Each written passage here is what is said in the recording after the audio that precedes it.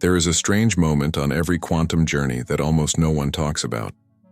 It comes suddenly, often when you feel you're most aligned, most connected, and then, silence. The synchronicities that once felt like breadcrumbs from the universe vanish. The repeating numbers stop appearing on clocks. The chance encounters that mirrored your desires seem to fade, and even your dreams feel quieter. Many people panic here. They think something went wrong. They assume they lost their alignment or fell out of the field.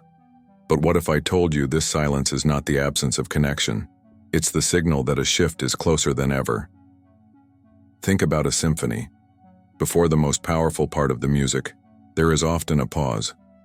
The musicians freeze, the air becomes heavy, and in that stillness, every listener leans in. The silence isn't empty, it's pregnant with anticipation. In quantum manifestation, the same thing happens. The universe pulls back, not because you're disconnected, but because the field is reorganizing.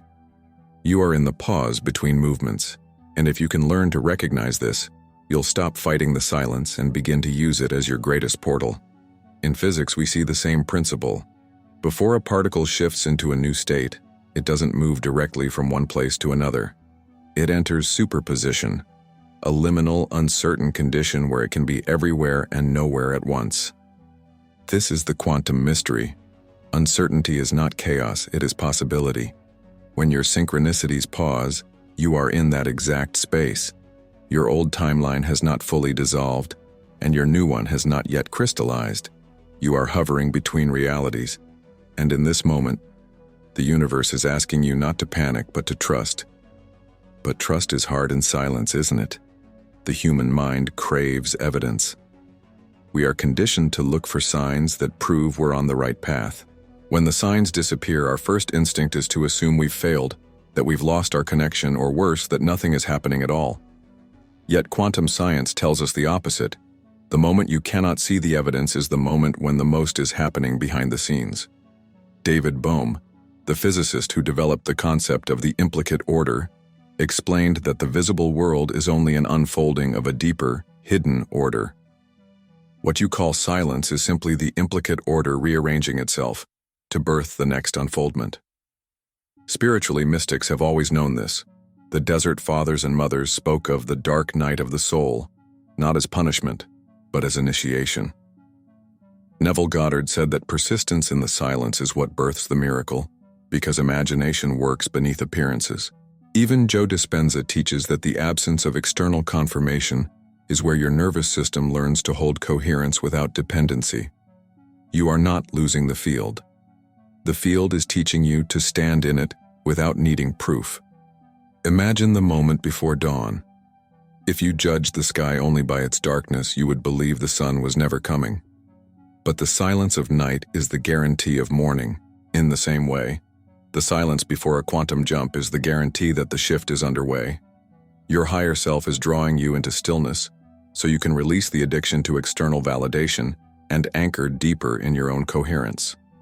So if you're here, if you're noticing fewer synchronicities, if the signs have quieted, if the universe feels strangely still, do not assume you're off track. Quite the opposite. You're in the chamber where transformation is forged. You're in the pause that precedes the leap. And just like the space between heartbeats, this pause is not a mistake. It is essential for life itself. Stay with me, because in the next step, I'll show you why this silence isn't random, why synchronicities stop right before a shift, and how this exact space is where the quantum leap begins. If synchronicities are the universe's way of whispering, why would they suddenly stop right before something big? To understand this, we need to look at both quantum physics and human psychology. In quantum mechanics, the observer effect teaches us that the very act of observation collapses a wave of probability into a particle of reality. Synchronicities are glimpses of that collapse in action, moments when the field bends visibly to meet your awareness. But here's the paradox. If the universe gave you constant synchronicities, your nervous system would never detach from needing proof. You would become addicted to signs instead of to alignment. That is why, right before a major quantum leap, the synchronicities stop. The field is not abandoning you. It's training you to embody your new state without the crutch of external validation. Think of it like riding a bicycle. At first, someone holds the seat for you, giving you balance and reassurance. Those early synchronicities are like that hand, stabilizing, encouraging. But eventually, the hand must let go. The silence is the moment when the hand is released. You may wobble, you may panic, but it is in this release that you prove you can carry your own frequency. Without this phase, you would never master alignment. You would only master dependency. Neuroscience backs this up. Your brain has a system called predictive coding, which constantly creates models of reality based on past experience. Synchronicities disrupt these models. They're anomalies, signs that your consciousness is bending probability. But when a new timeline is about to stabilize, the brain needs time to rewire. In that pause, your subconscious is integrating a new prediction model. To you, it feels like silence.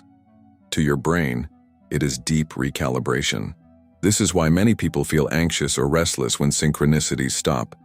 They mistake integration for absence. Spiritually, every tradition echoes this truth. The yogis spoke of pratyahara, the withdrawal of the senses, not as loss, but as preparation for deeper union. Christian mystics describe the silence before revelation as the cloud of unknowing. Neville Goddard explained that you must persist in assumption without any visible proof, because the lack of signs is not the death of your desire, but the gestation of it. Even Joe Dispenza reminds us that coherence is tested when the outer world goes quiet, because that's when your inner world proves it can sustain the frequency alone. So why do synchronicities stop? Because the quantum field is ensuring you can embody the new reality without external props. Imagine if every time you doubted, the universe had to flash you another number on a license plate or send you another random message from a friend. You would never graduate into true mastery. The silence is your graduation moment. It's the universe stepping back and saying, "You already know how to hold this frequency. Now show yourself." There is also a deeper layer. In physics, when a system reaches coherence, external fluctuations naturally reduce. This means the closer you are to your desired timeline, the less noise you perceive. Silence is not the field turning away. It is the signature of coherence increasing. Just like a tuning fork that vibrates steadily once it has found resonance, your life appears quieter not because nothing is happening, but because alignment is smoothing the interference. The trap here is misinterpretation. Most people, when signs stop, spiral into doubt. Maybe I was wrong. Maybe the universe forgot me. That very doubt pulls them back into incoherence, recreating the need for more signs, restarting the cycle. But if you understand the silence for what it is, the signal of proximity, you step out of that loop. You stop begging the universe for breadcrumbs and instead become the bread. You live the alignment even when nothing external validates it. And in that state, the leap becomes inevitable. So the next time synchronicities stop, don't panic. Smile. Recognize it for what it is, the threshold, the pause between timelines, the hand letting go of the bicycle seat. This is not the universe abandoning you. It's the universe trusting you. And that trust is the clearest signal you're closer than ever to your quantum shift. Stay with me, because in the next stage we'll go deeper into the science of why your emotions may intensify in this silence, and why turbulence is often the very sign that your breakthrough is near. Have you noticed that right before a major breakthrough, your emotions seem to spike instead of settle? One day you feel unstoppable, as if destiny itself is pulling you forward, and the next you're drenched in doubt, anxiety, or even despair. This emotional roller coaster confuses most people, and many mistake it as a sign they're doing something wrong. But here's the paradox. The intensification of emotions is not evidence of failure. It's evidence that a quantum shift is in motion. To understand this, we need to turn to quantum mechanics. In the quantum world, particles don't exist in one definite place until observed. They hover in a state of superposition, existing in multiple possibilities simultaneously. Right before collapsing into a single reality, there is turbulence, a field of potential flickering between outcomes. That is exactly what happens inside of you. When you are on the edge of a quantum jump, your consciousness is hovering between two timelines. The old reality you're about to leave and the new one you're about to enter.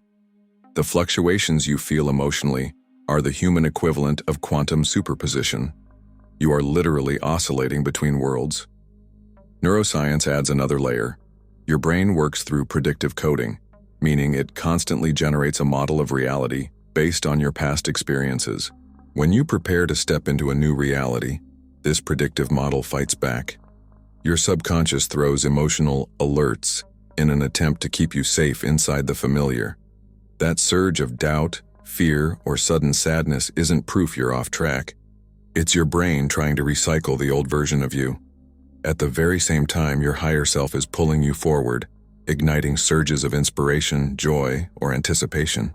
The clash of these two forces, the old brain model and the new energetic alignment, creates the emotional flux you feel. Spiritually, mystics have long described this phenomenon. The Buddhists call it the burning ground, a space where the ego resists dissolution right before awakening. St. John of the Cross described the dark night of the soul not as punishment, but as preparation for union with the divine. Joe Dispenza often speaks about the necessity of breaking through the body's addiction to familiar emotions. Because when you are addicted to survival states like worry or stress, stepping into coherence feels uncomfortable at first. And Neville Goddard pointed out that persistence in assumption means holding steady in the feeling of the wish fulfilled, even when your emotions fluctuate wildly. All of these teachings converge on the same truth. The storm inside is not the end. It's the passage. From a vibrational perspective, emotions are energy in motion. When you're about to jump, your energy field accelerates to match the higher frequency of your chosen reality. This increase in vibration stirs up everything that doesn't match. Old doubts surface. Past traumas echo. Latent fears flare up. Not because you're failing, but because those frequencies cannot cross into the new timeline. They rise so they can be released.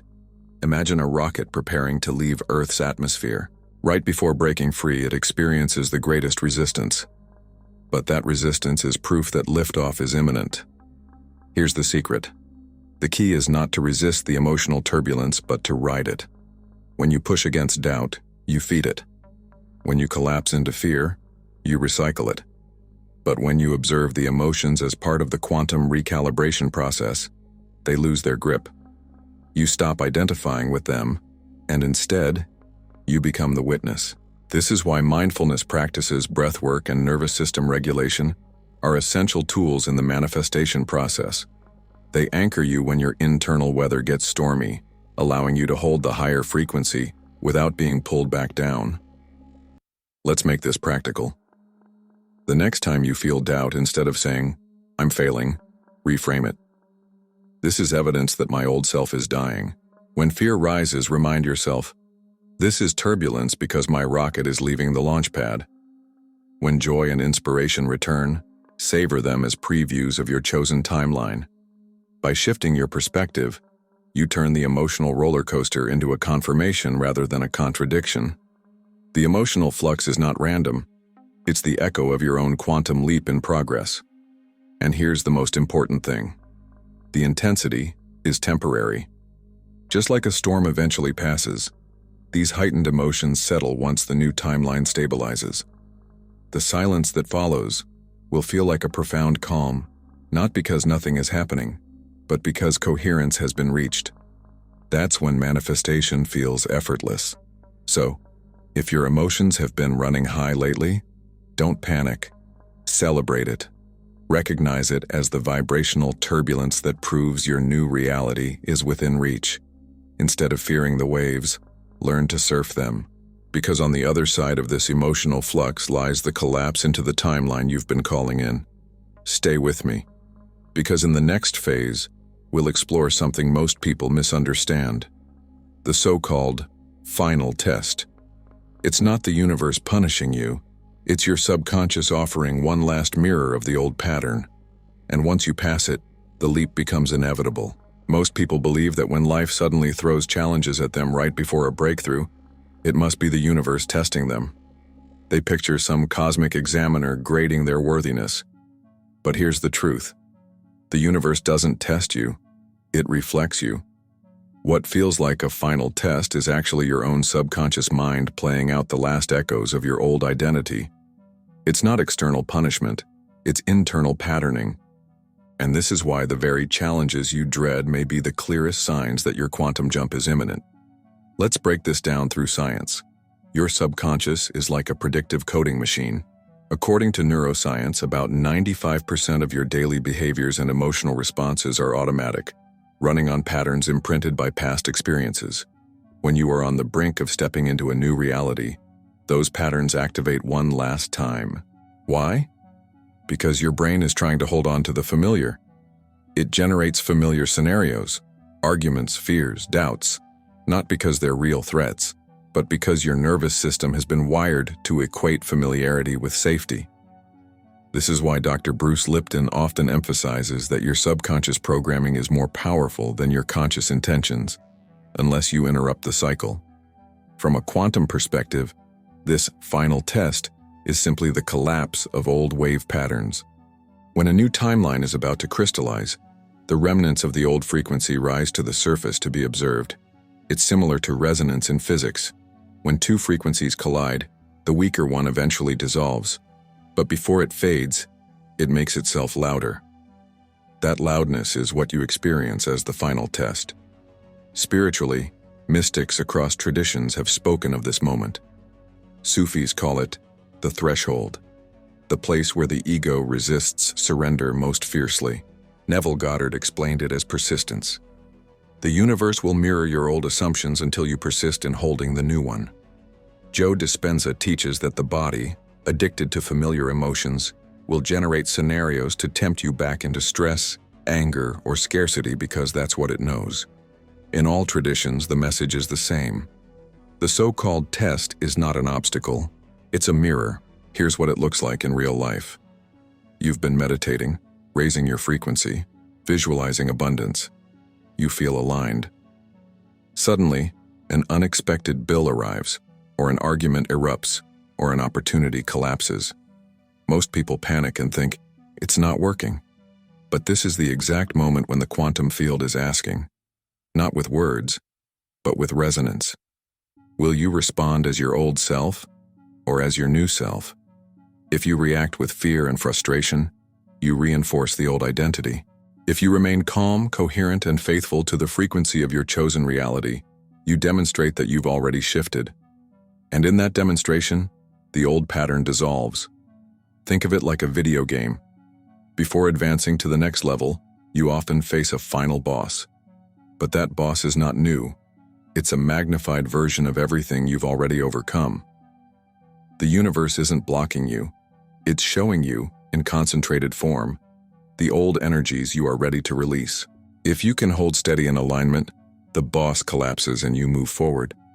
There's a beautiful metaphor in alchemy. Before gold is revealed, the impurities must rise to the surface of the fire. They bubble, they resist, they create chaos. But once they burn off, what remains is pure. Your final test is the bubbling of those impurities, and if you recognize it for what it is, you'll stop fearing the flames and start trusting the purification. The practical key here is awareness. When something challenging arises, instead of asking why is this happening to me? Ask, what version of me is this asking me to embody? That simple shift reframes the experience from punishment to initiation. Your old patterns are surfacing to give you one last chance to choose differently. And every time you choose differently, you anchor more deeply into your quantum shift. So let me make this crystal clear. The challenge you're facing right now may not be a setback. It may be the sign that you're only steps away from collapsing your new reality. The frustration you feel, the doubt that creeps in, the temptation to fall into old habits, these are not signs of failure. They are signs of proximity. They are the shadows cast by the light of your new timeline right on the horizon. If this resonates, anchor it right now. Write in the comments, I'm ready to pass the test. Not because the universe demands it, but because you're declaring it to yourself. That declaration is your signal to the field that the old story no longer rules you. It is the conscious alignment that collapses the past and locks in the future. Stay with me, because in the next phase, we'll explore what happens immediately after the test, the energetic calm, the reset of your nervous system, and the unmistakable clarity that you've already leapt. When the final echoes of your old self have surfaced and you've chosen to respond differently, something extraordinary happens. Your nervous system resets. It's almost as if your body exhales a tension you didn't even realize you'd been carrying. This reset is not just emotional relief. It's a physiological confirmation that your quantum jump has begun to stabilize. You move from chaos to coherence, from survival to creation. And if you've ever experienced that strange, deep calm after a storm, you know exactly what I'm describing. In neuroscience, this moment is tied to the parasympathetic nervous system, the branch responsible for rest, healing, and integration. For most people, daily life is dominated by the sympathetic nervous system, the fight-or-flight response, where cortisol and adrenaline keep the body on high alert. But when you stop reacting to old patterns and embody your new frequency instead, your body shifts into parasympathetic dominance. Heart rate slows, breath deepens, immune function strengthens. Dr. Joe Dispenza calls this shift moving from survival into creation. It's the state where the body no longer signals danger, but alignment. Quantum physics gives us another lens. Before a system stabilizes into a new state, it passes through turbulence. In nonlinear dynamics, this is known as a bifurcation point, the moment where one trajectory dissolves and another emerges. Your nervous system is the interface that translates that turbulence into physical sensation. When you persist in coherence, the turbulence collapses and your body recognizes the new trajectory as its baseline. That's why the calm that follows feels so deep. It's the sensation of your biology syncing with your chosen timeline. Spiritually, traditions have always acknowledged this moment of inner peace after trial. In Zen Buddhism, it's described as satori, a sudden glimpse of awakening, where everything feels lighter, more connected. In Christian mysticism, it's the peace that surpasses understanding. The language may differ, but the essence is the same. After you've surrendered your old self, you experience not just mental relief, but an embodied confirmation that you are new. Here's how it shows up in everyday life. The argument that once would have kept you spiraling in anger suddenly feels irrelevant. The financial stress that used to send you into panic now feels manageable, even neutral. The craving to chase, control, or obsess quiets down, and in its place comes a gentle trust. It's not that problems vanish instantly, it's that your nervous system no longer interprets them as threats, and when you're no longer broadcasting fear, the field responds with new opportunities, synchronicities, and solutions that match your elevated state. This reset also has a profound impact on your biology. Research on heart-brain coherence, pioneered by the HeartMath Institute, shows that when your heart rhythms become smooth and coherent, your brain waves follow. The result is improved cognition, emotional stability, and heightened intuition. Essentially, your body becomes a finely tuned antenna for the quantum field. You perceive more possibilities, attract aligned opportunities faster, and experience time differently. Less as a linear pressure, more as a flowing present. There's a paradox here worth noting. The calm after the storm may feel almost too quiet. Many people mistake it for emptiness or stagnation. But that stillness is not the absence of movement. It's the presence of alignment. Think of an arrow pulled back in a bow. In the moment of stillness before release, all the potential is already there. The calm is not the end of your shift. It's the confirmation that the arrow is about to fly. If you honor this calm rather than resist it, you'll find it accelerates manifestation. This is why practices like meditation, breathwork, and gratitude rituals are so effective. They teach your nervous system to live in coherence more consistently. But here's the deeper truth. Once you've passed the so-called final test, the calm isn't just a practice, it becomes your natural state. Your body remembers it, your field amplifies it, and the reality you experience bends to it. So if right now you feel strangely calm, even after recent turbulence, don't underestimate it. That calm is your nervous system's way of telling you, the jump is real. The shift has already happened. You've moved from reacting to creating, from surviving to embodying. And this is not fragile. It's not temporary. It's the foundation for everything that comes next. Stay tuned, because in the next part, we'll explore how to fully stabilize this state, how to carry the calm forward so your new timeline doesn't just flicker in, but locks in as your lived reality. By now, you've felt it. The subtle signals, the turbulence, the final test, and then the deep calm. These are not random events. They are the universal pattern of transformation. But here's the part most people miss. A quantum jump isn't just about having a breakthrough moment. It's about stabilizing that new state so it becomes your lived reality.